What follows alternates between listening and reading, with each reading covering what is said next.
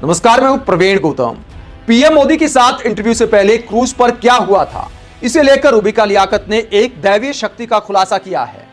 रूबिका लियाकत के ऐसे खुलासे पर वरिष्ठ पत्रकार राहुल देव सहित पब्लिक ने क्या कहा, ये आगे आपको दिखाएंगे। पहले आपको दिखाते हैं कि रूबिका लियाकत के साथ इंटरव्यू के बाद 24 घंटे में पीएम मोदी अपने बात से कैसे पलट गए। रूबिका लियाकत जैसे एंकर इस बात को लेकर निहाल हैं कि पीएम मोदी ने हिंदू मुस्लिम एकता के बारे में कितनी बड़ी बड़ी बातें बोल दी। अखबारों की सुर्खियां देखकर रूबिका लियाकत फूली नहीं समा रही। वो अलग बात है कि रूबिका लियाकत को इस बात का कोई मलाल नहीं है कि पीएम मोदी उनके सामने फेंक कर चले गए, बड़ी बड़ी बातें करके चले गए। उसके बाद लगातार 24 घंटे से भी ज्यादा समय से रूबिका लियाकत पीएम मोदी की भर भर के तारीफ कर रही हैं। लेकिन हकीकत क्या है, ये जो अखबारों की हेडलाइन दिखा रही है रूबिका लियाकत कि देखिए अखबार में छप गया मेरा इंटरव्यू, जिसमें पीएम मोदी ने कहा कि मैं जिंदगी में कभी हिंदू मुसलमान नहीं कर सकता, अगर ऐसा करता हूं तो मैं पब्लिक लाइफ में रहने लायक नहीं रहूंगा। इसके अलावा एक अखबार में लिखा है कि बचपन में पड़ोसियों के साथ ईद मनाता था। यह पीएम मोदी ने रूबिका लियाकत के साथ इंटरव्यू में खुलासा किया था।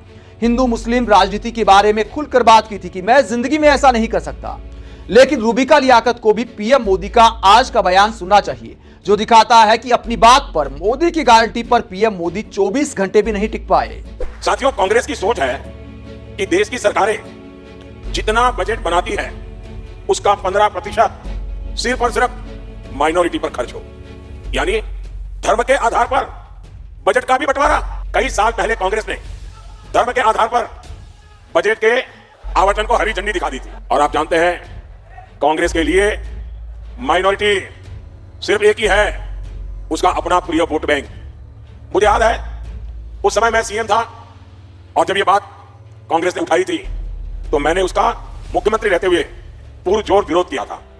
कांग्रेस उस समय चाहती थी कि देश के सारे बजट का 15% सिर्फ मुसलमानों पर खर्च हो। तब भाजपा के जबरदस्त विरोध के बाद ये कामयाब नहीं हो पाए थे। लेकिन अब ये सारे पुराने एजेंडे की उसको लागू करने पर तुले हुए हैं। तो कायदे से अगर रूबिका लियाकत के अंदर एक पत्रकार की आत्मा है तो पीएम मोदी का यह वीडियो अपने सोशल मीडिया पर पोस्ट करना चाहिए। पीएम मोदी और बीजेपी से सीधा सवाल करना चाहिए कि मोदी जी, मेरे साथ इंटरव्यू में आप बड़ी बड़ी बातें कर गए, लेकिन 24 घंटे भी अपनी बात पर नहीं टिक पाए। लेकिन रूबिका लियाकत ऐसा नहीं करेंगी, क्योंकि पीएम मोदी ने जो बोल दिया वो एक तरह से पत्थर की लकीर बन जाता है भक्तों के लिए। रूबिका लियाकत ने कोई काउंटर सवाल नहीं किया, पीएम मोदी को उनके पुराने बयान याद नहीं दिलाए, यह नहीं पूछा कि फिर आपने घुसपैठिया किसको कहा था। उसकी बजाय सोशल मीडिया पर रूबिका लियाकत पीएम मोदी की भर भर के तारीफ कर रही हैं और दैवीय शक्ति को लेकर भी खुलासा किया है। वरिष्ठ पत्रकार राहुल देव, भगत राम सहित कई लोगों ने इस पर रूबिका लियाकत को आईना दिखाया। पहले आपको रूबिका लियाकत का लंबा चौड़ा पोस्ट दिखाते हैं, पोस्ट देखिएगा जरूर। यह दिखाता है कि लोकसभा चुनाव में हमारी टीवी मीडिया के एंकर बीजेपी की हालत खराब होती देखकर किस तरह प्रचार में जुट गए हैं। एक पत्रकार का धर्म निभाने की बजाय किस तरह पीएम मोदी को लेकर भक्ति भाव दिखाया जाता है और दैवीय शक्ति को लेकर कमाल के लॉजिक दिए हैं रूबिका लियाकत ने। लंबा चौड़ा पोस्ट है, उसके बाद इस पर रिएक्शन भी दिखाएंगे। पहले पोस्ट जरा आप पढ़िए। आप लोगों संग एक बात साझा करना चाहती हूं। मुझे लगता है जितना ईमानदार और दिल की गहराइयों से दिया गया ये इंटरव्यू है, उतना ही डेडिकेशन प्रधानमंत्री नरेंद्र मोदी ने इंटरव्यू से पहले दिखाया। सिर्फ मैं और मेरी टीम ही नहीं, इस प्रतिबद्धता की साक्षी चित्रा और उनकी टीम भी है। यहां पर चित्रा त्रिपाठी के बारे में बात कर रही है रूबिका लियाकत। उसके बाद बताती है कि तय कार्यक्रम के मुताबिक प्रधानमंत्री को गंगा मैया की पूजा अर्चना करके सीधे क्रूज पर आना था और बारी बारी से 2 साक्षात्कार करने थे। दोनों ही चैनलों की टीमें तैयार थी, यानी चित्रा त्रिपाठी और रूबिका लियाकत दोनों तैयार थी इंटरव्यू के लिए। आगे रूबिका लियाकत कहती है, हम सब बाहर क्रूज शिप के डेक पर पीएम मोदी का इंतजार कर रहे थे। कुछ वक्त खड़े रहने के बाद एहसास हुआ कि गर्मी बेहद है और उमस हालात और खराब कर रही है। इसीलिए हम शिप के उस इलाके में आ गए जहां एसी की व्यवस्था थी। उसी कमरे में हमने पीएम को गंगा के घाट पर आते देखा। पूजा में लगभग 15-20 मिनट लग गए और इस पूरे दरमियान सूरज अपने वेग में था। पूजा के फौरन बाद वो डेक की तरफ आए और माइक लगाते ही उनका चित्रा के साथ इंटरव्यू शुरू हो गया। इंटरव्यू लय में तय वक्त से ज्यादा हो चला। गर्मी और उमस भी अपनी तेज गति से बढ़ती जा रही थी। सूरज सिर पर था और पीएम पसीने से लथपथ थे। पीएम की टीम से कुछ लोग हमारे पास आए और कहा कि आपका इंटरव्यू डेक पर नहीं हो पाएगा, आप इंडोर शूट की व्यवस्था कर लीजिए। ये सुनकर हमारे हाथ पैर फूल गए। मेरे कैमरामैन साथियों की टेंशन सातवें आसमान पर पहुंच गई। जो लोग कैमरा चलाते हैं वो समझ पाएंगे कि ये कितनी विकट परिस्थिति होगी। कमरे के अंधेरे को हटाने के लिए अपर्चर खोलेंगे तो पीछे गंगा के घाट बर्न करने लगेंगे और इससे बुरा फ्रेम कुछ नहीं हो सकता। हमारी टीम भी और पीएम की टीम भी इस दुविधा को दूर करने में असमर्थ थी। हमारे पास भी कोई चारा नहीं था क्योंकि हम खुद उस गर्मी को महसूस कर रहे थे और पीएम तो लगातार कड़ी धूप में थे ही। बहरहाल इंटरव्यू खत्म हुआ और राहत की सांस लेते हुए पहली टीम अंदर आ गई। पीएम पसीने में तरबतर अंदर आए और एक गिलास पानी पिया। उन्होंने माइक बदलने में 5 मिनट का ब्रेक लिया। तब तक उनके लोगों ने उन्हें ब्रीफ कर दिया कि अगला इंटरव्यू इंडोर होगा। जो जगह उन्हें बताई गई वो तेज कदमों से बढ़ते हुए वहां पहुंच गए। हम पहले से उस कोने में उदास मन से खड़े थे। उन्होंने आते ही बुलंद आवाज में कहा, चलिए शुरू करते हैं।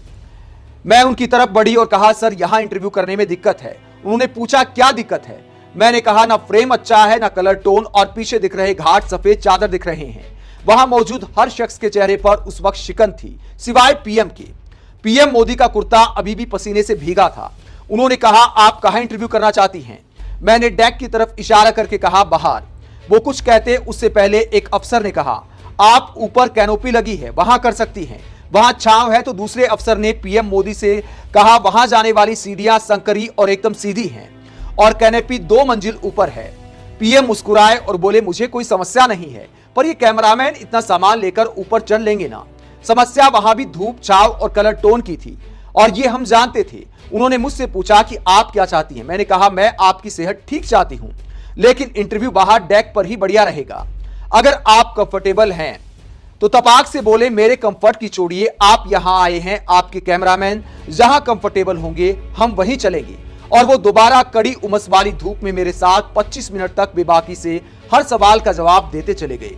वो देश के पीएम हैं, वो चाहते तो अपना कंफर्ट देखते क्योंकि उन्हें उसके बाद कई और कार्यक्रम करने थे, लेकिन ये उनका काम के प्रति डेडिकेशन ही था कि पूरी टीम एक तरफ थी और पीएम एक तरफ। उनके रिटायरमेंट की सोचने वाले ये नहीं जानते कि उनकी ये ऊर्जा, ये प्रतिबद्धता एक दैवीय शक्ति शरीकी है और दैवीय शक्तियां कभी रिटायर नहीं होती हैं। वाह रूबिका लियाकत, वाह। दैवीय शक्तियों का खुलासा कर दिया कि पीएम मोदी ने मान लीजिए कुल मिलाकर 1 घंटे धूप में खड़े रहकर इंटरव्यू दे दिया। मोदी जी की रैलियों में लाखों लोग आते हैं जो धूप में बैठकर भी सुनते हैं।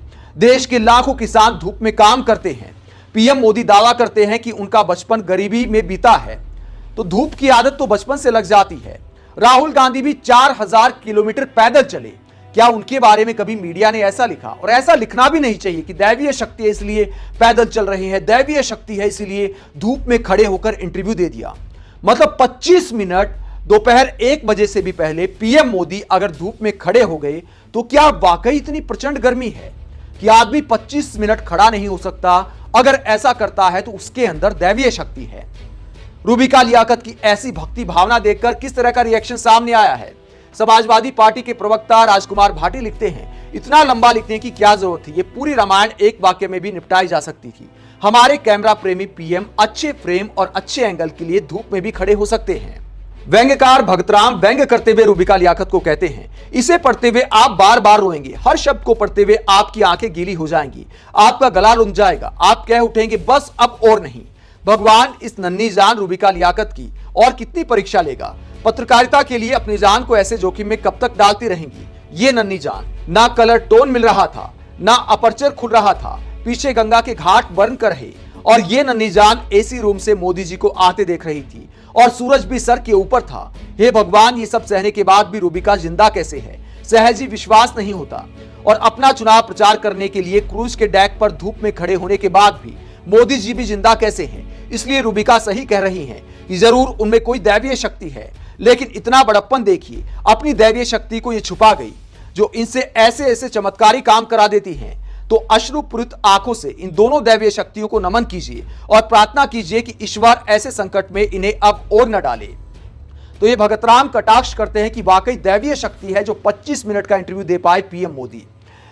इसके अलावा राजनीतिक आलोचक मृगांका सिंह कहती हैं, कुल मिलाकर रूबिका लियाकत ये कहना चाहती हैं कि मोदी जी तो एसी में बैठकर इंटरव्यू देना चाहते थे, लेकिन उनका कैमरा फ्रेम बीच में आ गया, जिसके कारण बड़ी ही नाजों से गोदी मीडिया की आड़ में पले मोदी को धूप में आना पड़ा, क्योंकि अंदर ना फ्रेम अच्छा आता, ना कलर टोन और ना ही घाट वाला बैकग्राउंड। डॉक्टर संदीप यादव कहते हैं, बिल्कुल देवी, उनकी ये ऊर्जा, ये प्रतिबद्धता एक दैवीय शक्ति सरीखी है और दैवीय शक्तियां कभी रिटायर नहीं होती हैं।